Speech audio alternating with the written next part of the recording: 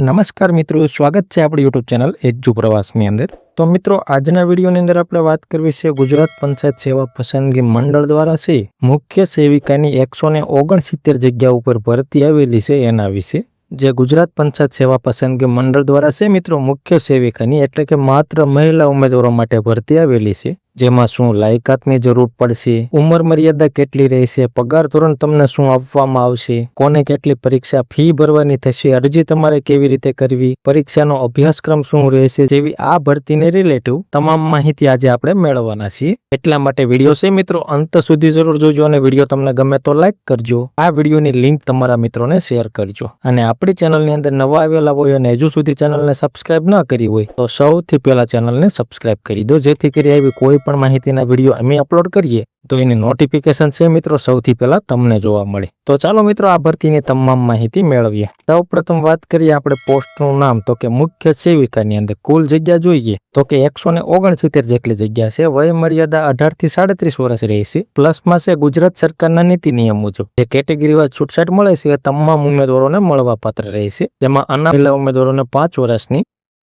પછી સામાન્ય કેટેગરીના દિવ્યાંગ ઉમેદવારો હોય જે મહિલા ઉમેદવારો હોય એને 10 વર્ષની, અને અનામત કેટેગરીની જે મહિલા દિવ્યાંગ ઉમેદવારો હોય એને 15 વર્ષની વધારાની છૂટછાટ મળવા પાત્ર રહેશે। તો આવી રીતે છે મિત્રો વધારાની છૂટછાટ મળવા પાત્ર રહેશે। હવે આપણે વાત કરીએ જરૂરી લાયકાત, તો તમે બેચલર ઓફ હોમ સાયન્સ કરેલું હોય અથવા તો બેચલર ઓફ સોશિયોલોજી એટલે કે BA ની અંદર સમાજશાસ્ત્ર વિષય હોય, અથવા તો બેચલર ઓફ ચાઇલ્ડ ડેવલપમેન્ટનો વિષય હોય, અથવા તો બેચલર ઓફ ન્યુટ્રિશનનો વિષય હોય, અથવા તો બેચલર ઓફ સોશિયલ વર્ક વિષય રાખી તમે બેચલર ડિગ્રી મેળવેલી હોય, અથવા તો તમે માસ્ટર ડિગ્રી મેળવેલી હોય તો તમે અરજી કરી શકશો। અને બેઝિક નોલેજ ઓફ કોમ્પ્યુટર એટલે કે કોમ્પ્યુટરનું નોલેજ તમારી પાસે ફરજિયાત હોવું જોઈએ, એટલે કે CCC નો કોર્સ કરેલો હોવો જોઈએ। પછી આપણે જોઈએ તો કે પગાર ધોરણ 40,800 રૂપિયા તમને મહિનાનો પગાર આપવામાં આવશે। પછી વાત કરીએ પરીક્ષા ફીની, તો કે SC, ST, x servicemen, OBC અને EWS કેટેગરીની મહિલા ઉમેદવારો હોય એને કોઈ જાતની ફી ભરવાની નથી। માત્ર જનરલ કેટેગરીના ઉમેદવારો હોય એને 100 રૂપિયા ફી ભરવાની થશે। અને ફી છે તમારે ઓનલાઈન મોડ એટલે કે નેટ બેન્કિંગ, ATM અથવા તો UPI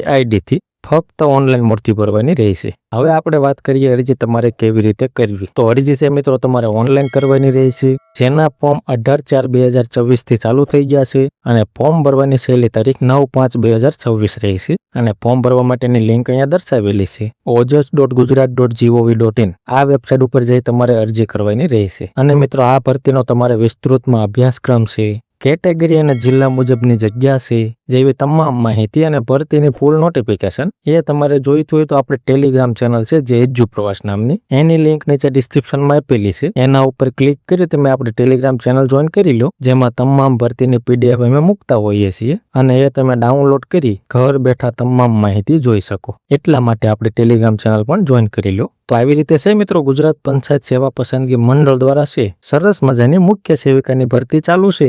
જે મિત્રો લાયકાત ધરાવતા હોય એવા મિત્રોએ વહેલી તકે અરજી કરી દેવી। તો મિત્રો માહિતી તમને ગમી હોય, સંતોષકારક લાગી હોય તો વિડીયો લાઈક કરજો અને આ વિડીયોની લિંક તમારા મિત્રોને શેર કરજો। ધન્યવાદ મિત્રો, ખૂબ ખૂબ આભાર।